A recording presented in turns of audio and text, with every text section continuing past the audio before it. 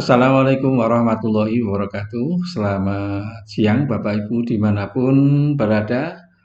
Pada kesempatan hari ini saya akan menyampaikan keputusan Kepala Badan Pengembangan dan Pembinaan Bahasa Kementerian Pendidikan Kebudayaan, Riset dan Teknologi Republik Indonesia nomor 0424/IBS .00.001 tahun 2022 tentang ejaan bahasa Indonesia yang disempurnakan. Bapak Ibu, tentunya kita sebagai guru senantiasa berpedoman pada penggunaan bahasa Indonesia yang baik dan yang benar sebagaimana yang ada di dalam aturan kebahasaan yang ada. Nah, berikut ini tentang ejaan bahasa Indonesia yang disempurnakan bagian yang pertama. Bapak Ibu, untuk huruf ini masih sama mulai dari A sampai Z ya. Sebagaimana pada ejaan yang dulu, tentu ini sudah tidak asing lagi bagi kita. Ucapannya pun sama mulai dari A, B, C sampai dengan Y dan sampai Z. Ini masih sama. Yang kedua mengenai huruf vokal Bapak Ibu. Ini juga masih sama, ada A, ada E, ada I, O, dan U. Hanya saja Bapak Ibu untuk membedakan pengucapan pada huruf E, ini yang kalau kita dalam bahasa Jawa pepet ya, bukan E tapi E, maka penulisannya dapat diberikan dengan tanda diakritik atau E yang kemudian diberi tanda seperti topi yang di atasnya dan biasanya dilafalkan dengan E. Jadi contohnya ada kata di situ ada enak, ada peta, ada sore. Tetapi kalau itu menggunakan pepet maka diucapkan seperti emas, kena, tipe. Ini ada pengecualian ya. Berikutnya Bapak Ibu mengenai konsonan juga masih sama.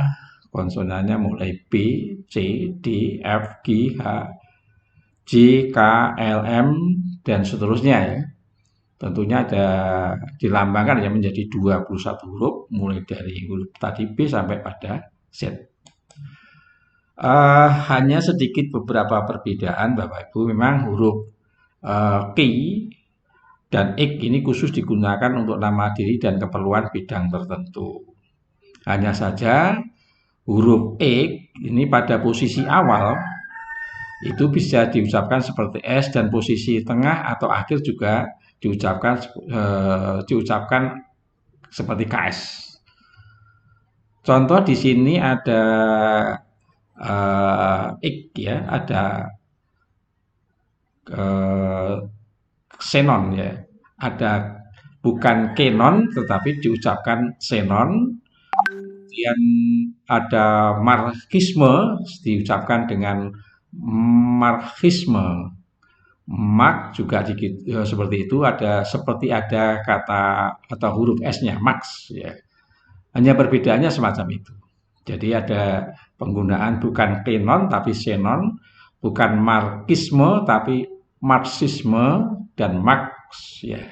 Ini penggunaan untuk huruf E.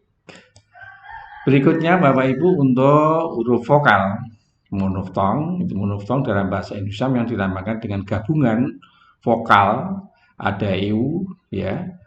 Dilambangkan E. Contohnya di situ ada eurih ya, padahal itu diungkapkan dengan erih. Ada seudati dibaca sedati. Sadeu jadi sadi. Nah, ini hanya pengelompokan atau perbedaan sedikit ya.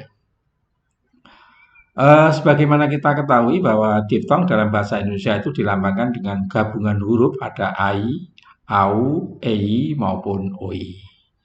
Ini masih sama ya betul. Kemudian contoh penggunaannya juga sama, di situ ada posisi awal, ada Aikido, ada Kailan, ada Pande, ada Oikumene, ada Boykot, ada Koboi. Ini juga masih sama dengan yang dulu.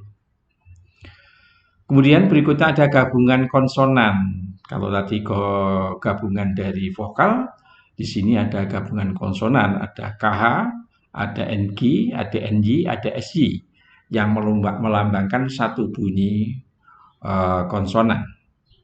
Contohnya di itu ada KH ya. KH kita lihat di situ ada khusus. Jadi ada akhir, ada tarikh ya. Walaupun di situ dua kata konsonan, maka itu dibaca seperti apa namanya satu bunyi ya, satu bunyi konsonan. Jadi bukan dieja menjadi KH khusus gitu ya, tapi diucapkan seperti seperti apa satu konsonan khusus, ngarai, bangun, banyak, nyata, syarat, musyawarah, ars, dan seterusnya. Ini adalah gabungan dari huruf konsonan. Mungkin itu Bapak Ibu yang saya sampaikan untuk apa namanya ejaan yang disempurnakan untuk bagian yang pertama itu. Untuk bagian kedua silakan untuk diikuti dan ditonton video yang akan saya sampaikan. Terima kasih. Assalamualaikum warahmatullahi wabarakatuh.